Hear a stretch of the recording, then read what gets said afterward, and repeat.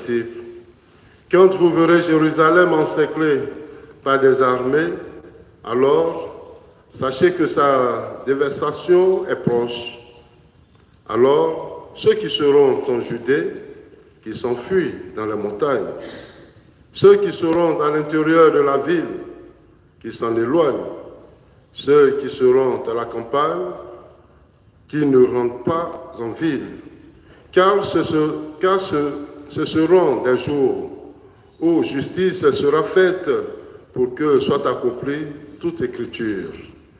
Quel malheur pour les femmes qui seront enceintes et celles qui allaiteront en ces jours-là, car il y aura un grand désarroi dans le pays, une grande colère contre ce peuple.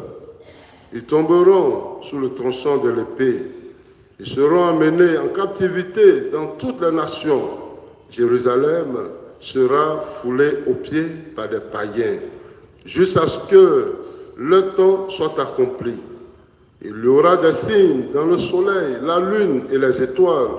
Sur terre, les nations seront affolées et désemparées par le fracas de la mer et des flots. Les hommes mourront de peur dans l'attente de ce qui doit arriver au monde, car les puissants des cieux seront ébranlés. Alors, on verra le Fils de l'homme venir dans une nuée, avec puissance et grande gloire. Quand ces événements commenceront, redressez-vous et relevez la tête, car votre rédemption approche. Acclamons la parole de Dieu. Louange à toi, Seigneur Jésus.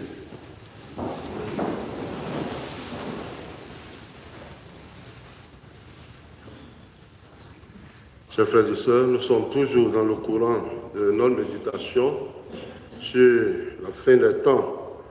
Et ce matin, l'évangile que nous avons écouté, selon même la description de Jésus, sur son second retour, nous fait peur.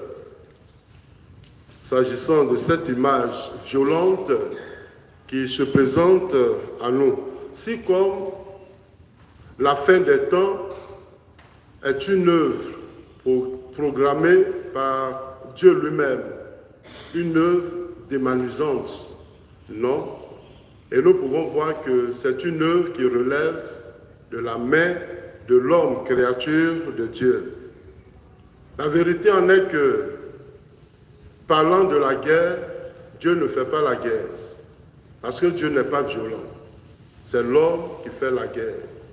C'est l'homme qui cherche à se détruire à cause de la recherche du pouvoir, d'un gain mesquin, ainsi de suite. Dieu est en dehors de toute violence. Et je ne pense pas que, par jalousie de Dieu, Dieu puisse venir dans notre monde et tout anéantir. Dieu ne peut pas créer et détruire sa création. C'est l'homme qui crée et qui détruit à cause de la haine, de la méchanceté et de la vengeance. Et Jésus termine l'évangile en nous rassurant. Quand tout cela arrivera, redressez-vous et levez la tête, car votre rédemption est proche. Qu'est-ce que Jésus veut dire par là? Jésus nous donne la force d'espérer. Parce qu'ici, l'espérance future, c'est la rédemption, le rachat de l'homme. Et nous devons espérer. Il y a beaucoup, peut-être, qui n'ont pas d'espérance et ils sont toujours attardés dans le mal.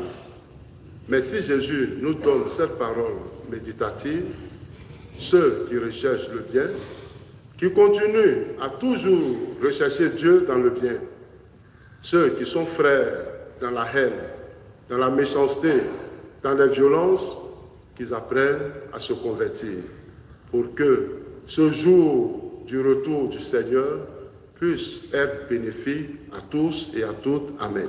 Amen.